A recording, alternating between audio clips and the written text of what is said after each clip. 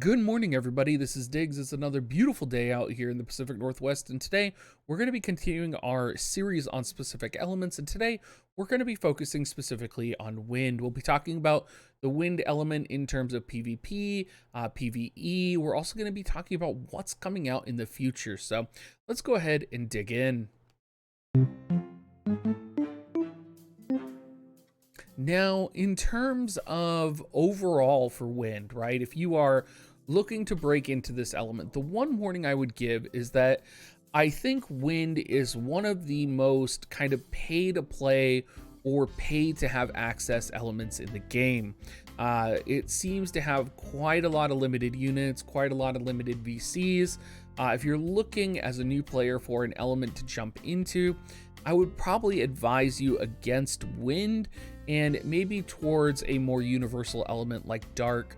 Light does tend to have a lot of limited units as well, but even I might send you in the direction of light. So that's kind of the first thing to know about wind. And even some of our must-haves, I mean, you could argue, particularly if you're wanting to be relevant in terms of PvP, you could argue that you would need every single one of these limited units for wind right now, and that is a lot of units, let me tell you.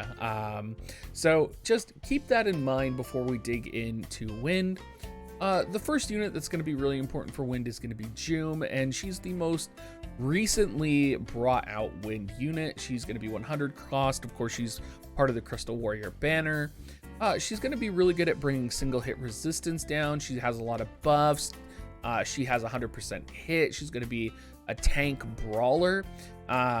She's technically a tank, but I really feel like she falls into that brawler category, and I'm legitimately scared of her whenever I go up against her in PvP. So she is kind of I would say she's the crux right now if you're running mono wind PvP. If you're wanting to be competitive, she is a kind of must acquired unit, and she's going to be really good in PvE for wind slash as well. If you're maybe looking to bolster your PvE team a little bit, or maybe you're a new player, I would say particularly if you're a new player, you may consider Ayaka. And Ayaka is arguably one of these units that can easily be replaced, right? Maybe you pulled Varush, right, who's going to be this guy right here.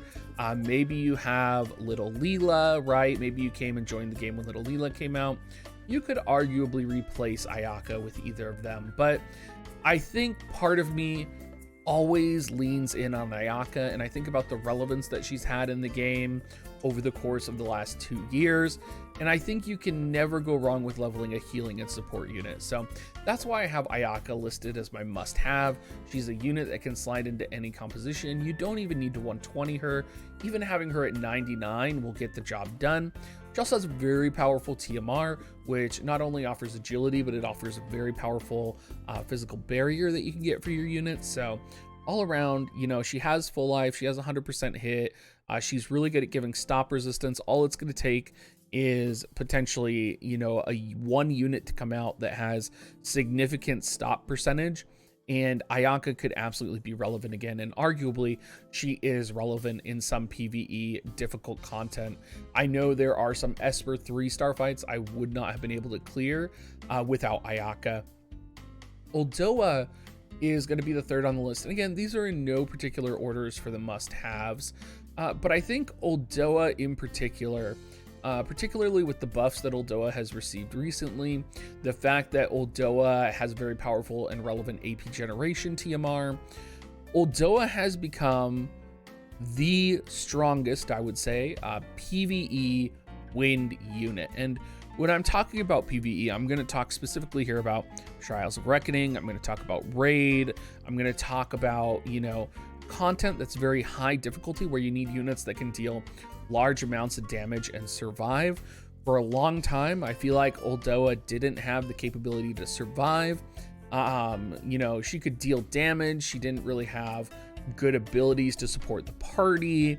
And I feel like Aldoa now, particularly with her EX, with access to her VC, which has triple trick, which is also limited, just so you guys know, You know, she is a force to be reckoned with in the PvE world, and with access to sub soldier, she's going to be able to hit cap damage. She has access to lowering defense by 35. Her job level 25 ability really gives a lot of AP management. And of course, this is all not talking about Drain Force, which, you know, can be gimmicky in PvP or limited battle or, you know, any type of PvE content, but it is just another tool in her kit. And I think she's one of the most important wind units right now, particularly for new players to look at and level. I don't think Aldoa is going to do you wrong. I think, you know, if there's one wind unit that has consistently impressed me, it's going to be Aldoa over probably about the last year. And I've really fallen in love with her. Another probably unpopular opinion here is going to be Gargas. And Gargas, of course, is the wind element select unit. And Gargas, of course, you know, he's not a competitive PvP unit. He does bring some really cool things to the party, and I think a lot of people underestimate his PvE value. The fact that he has AoE resistance -30, he has extremely high range, one of the highest range for abilities in the game. He has 100% hit attack with access to Subkododama. He has access to Imperil, which gives all elemental resistance -25. The fact that he is one of the most powerful farming units in the game as well. We talk about, you know, building up farming compositions for newer players. You know, they have access to Ildira. We talk about Black Rose Helena Subcalculator, right? We're talking about units that will support newer players or, you know, make farming faster. A lot of people really underestimate Gargas for this, and I love my Gargas. You know, I think there's even specific situations in the rare time where you have wind and magic where you may actually utilize Gargas. We've seen Helena used. For those of you who have had experience, right, in a lot of like wind missions, Helena over here, an MR unit for her capability to have all elemental resistance -25 with Imperil. There have been raids and PvE content where, you know, you are running Helena just for the Imperil and to hit that cap damage. I think the Golem raid is one. I can't remember if we ran it in Alophoclus or not, but there have been situations where she is the key with that Imperil.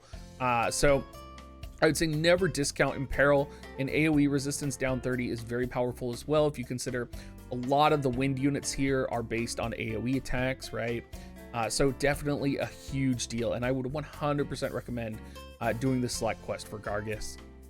Halloween Leela, and I think there's just no disputing Halloween Leela is one of the units that's had the biggest impact on the game. She's definitely fallen off here in you know, PvP. She was a very relevant PvP unit for a very long time. She had access to full life. She had access to high damage. She's a very evasive unit, right? She kind of has, you know, the ability to heal with her calculator spells and damage with her calculator spells. She just got her 120. She's a very powerful unit, and she was very competitive in PvP for a long time. I would argue, you know, that's definitely fallen off since she doesn't have a 100% hit. You could definitely maybe like force her in. You're not going to get, you know, top ranking, but she'll still be good. I would say mostly she's become a PvE unit, mostly used for potentially soloing content, soloing multis, you know, being able to, you know, clear content quickly with access to her movement plus and her high range on calculator abilities. If you get the opportunity, you know, she's definitely a legendary unit and has been a unit that has impacted the game in a significant way. I would definitely get her if you had the opportunity. And I think, you know, all it's going to take is for her secondary masteries to come back, for her to get 100% hit attack, and she will jump right back into being, you know, competitive wind meta based unit. And you'll never regret it from a PvE perspective pulling from her as well. Tifa came out relatively recently with the Final Fantasy VII banner. She's limited, but we did get her for free. And Tifa is just a amazing unit. And I don't want to rub it in to anybody that didn't get her or anybody who's coming to this video a little bit late. Again, I kind of warned you guys, a lot of the wind units that are relevant are limited based units, and that just seems to go with the territory with wind element. Tifa comes with a 2-hit, a 4-hit. She has access to guts. Her limit break has stun. She's very brawler-esque. She can evade. She can take hits. She can dash in and attack her opponents. She has AoE, single target. I mean, Tifa is a monster. If there is a monster brawler right now, outside of Joom, I would say it's Tifa. And Tifa is one of those universal units where, you know, you can fit her in PvE, you can fit her into PvP compositions. You know, it doesn't really matter. She's gonna be good no matter what. And I would argue, you know, Tidus was the most used unit for a very long time because he was very universal like that as well.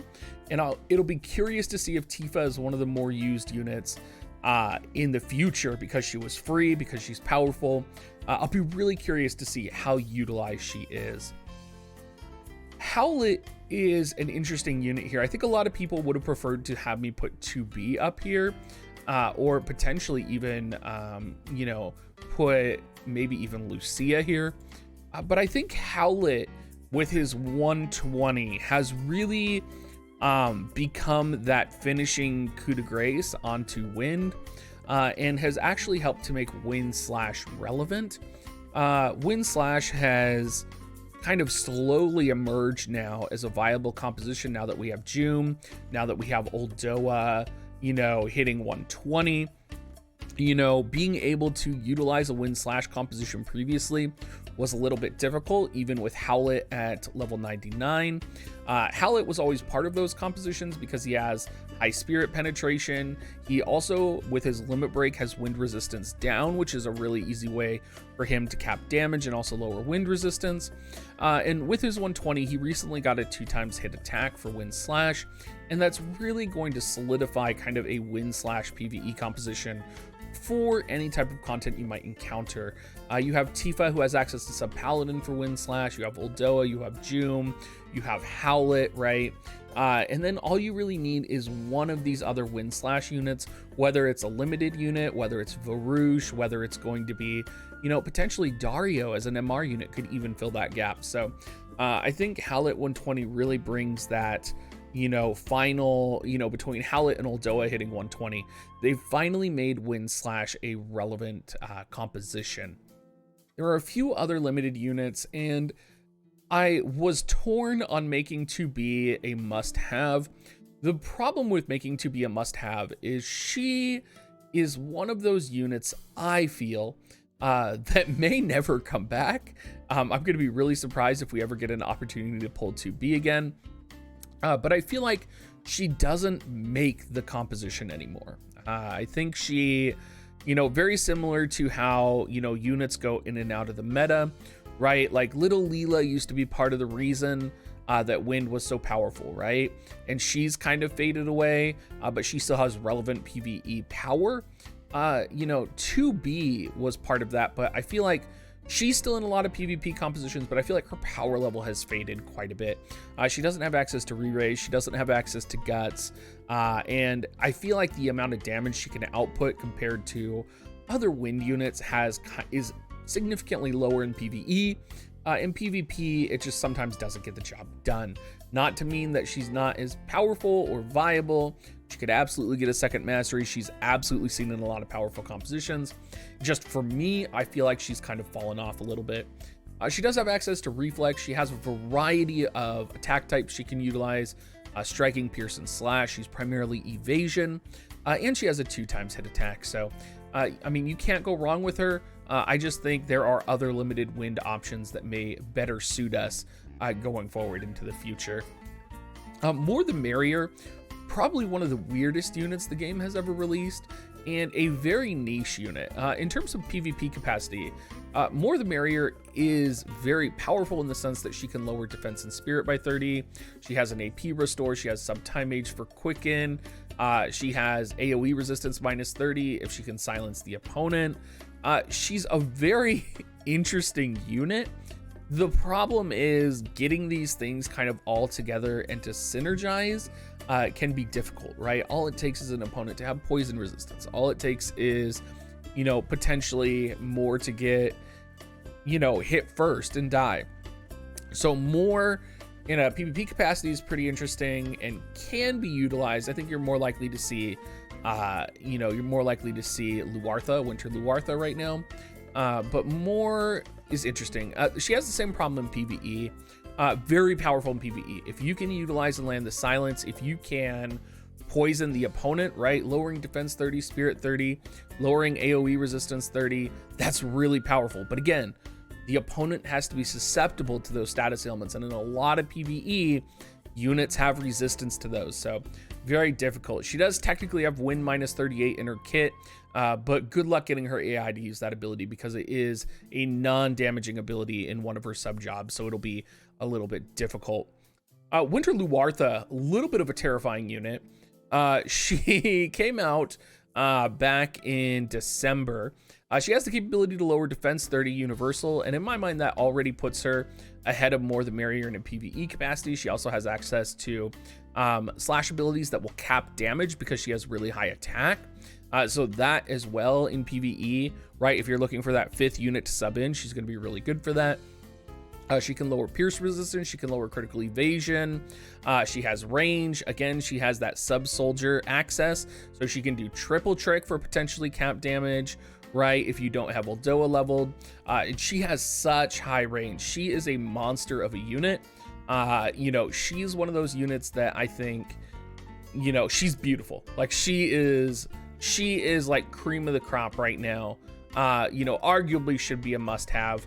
But again, I felt like, it's hard. Like she's not going to make the build. She's not going to make the team, right? She's not like Joom, right? Like Joom is like that core of what you need. And I feel like Winter Luartha is not that. Taking a look at the non-limited units before we get into what's coming in the future here. We kind of have a couple URs that are relevant and a couple MRs here. I would say Varouche, first and foremost, kind of fulfills both a slash wind role in a PvE capacity as also a healing role. He has access to sub white mage, he has full life, he has 100% hit attack, he can get CT up when he's chaining with his slash. Very unique unit. AI's a little bit all over the place, particularly in PvE, but I do think overall he's a great unit. I personally tried to make him work in PvP and I struggled notoriously. He cost me my match versus Orange. Although that's probably my own ineptitude because I was really trying to make him work and it just didn't happen. I would say Varouche is a solid, right? Corwell was given out for free. Nowadays, you will have to pull him to actually get him.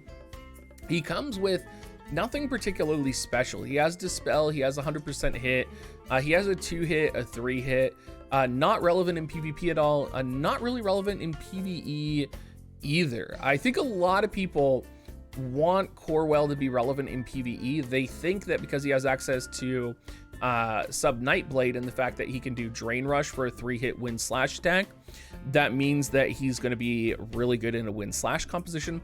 I actually find that's not true for him.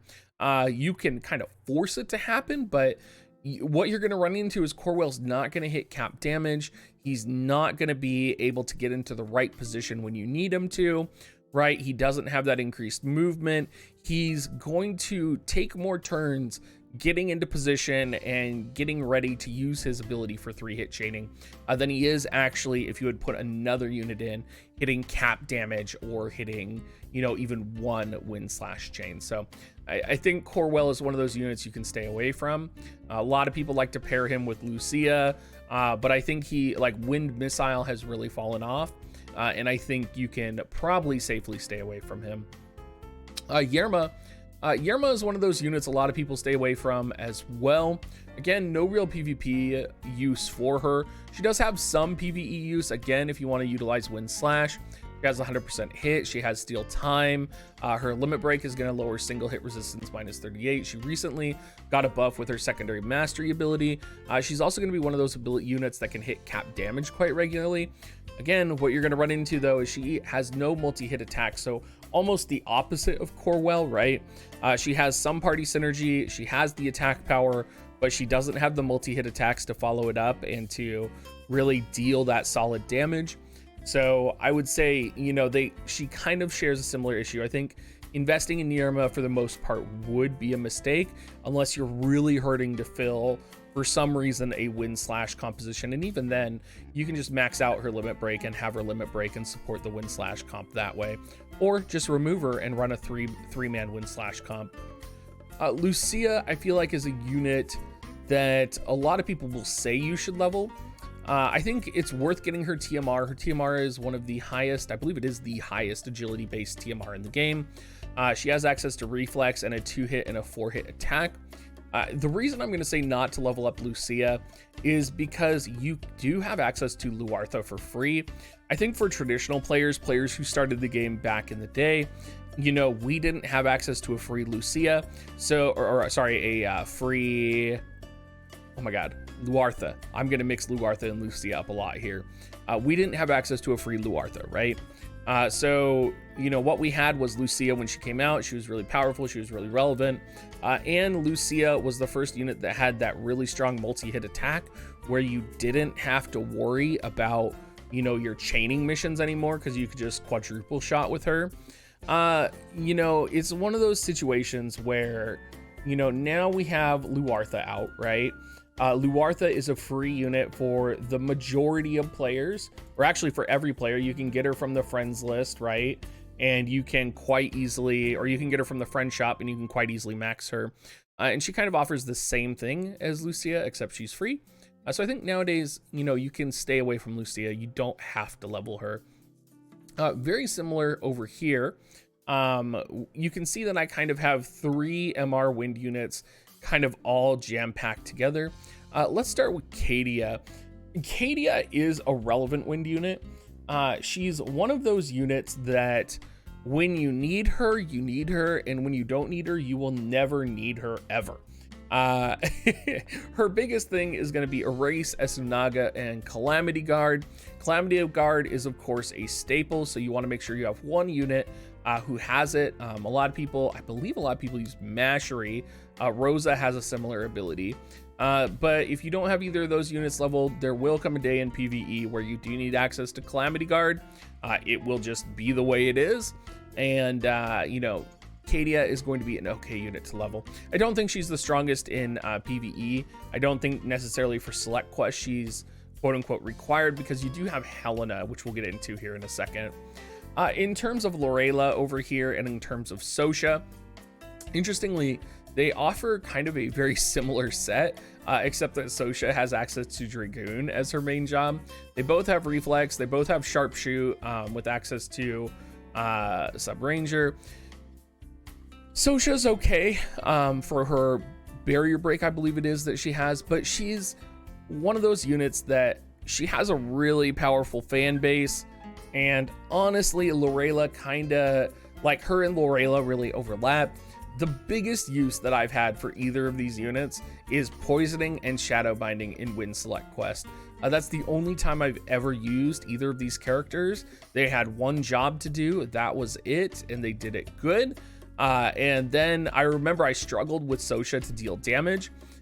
So, I mean, that's how much I've used these characters. I think these are probably my most least used MR and below units in the game. I definitely use the final 3 units here significantly more, particularly Helena. Helena has access to Imperil, which we talked about a little bit earlier, which lowers all elemental resistance by 25. She has access to Quicken. She has sub White Mage, but no access to Full Life. That doesn't really matter though. You know, you're going to use her. She has a couple advantages. One of the particular advantages for her is she can equip the Black Rose Helena VC, which of course increases agility party-wide, but she also benefits from the Helena bonuses that are on there. So that makes her a little bit relevant, I would say, particularly in Trials of Reckoning or raid content where you need an extra wind unit or wind damage, particularly back when we didn't have a lot of wind units and wind damage. Having access to Helena with Imperil, or if you're going up against an enemy that is specifically wind magic, Helena can help. Mia, worst character in the game. I hate her. No, she's really good. She's really good. I hate her character. She is a terrible person. She comes with single hit resistance -30. She has 100% hit attack. She has steal time. She has Esunaga. If you're going to level a thief type unit, or if you're looking for a MR below unit to level for wind, Mia is going to be it. Between Mia, Helena, and Dario, you can really do no wrong. Dario, very similar. You can see I actually, for some reason, it reset back to the original here. You can see he's actually labeled as Orange's waifu because I was using the same template over here.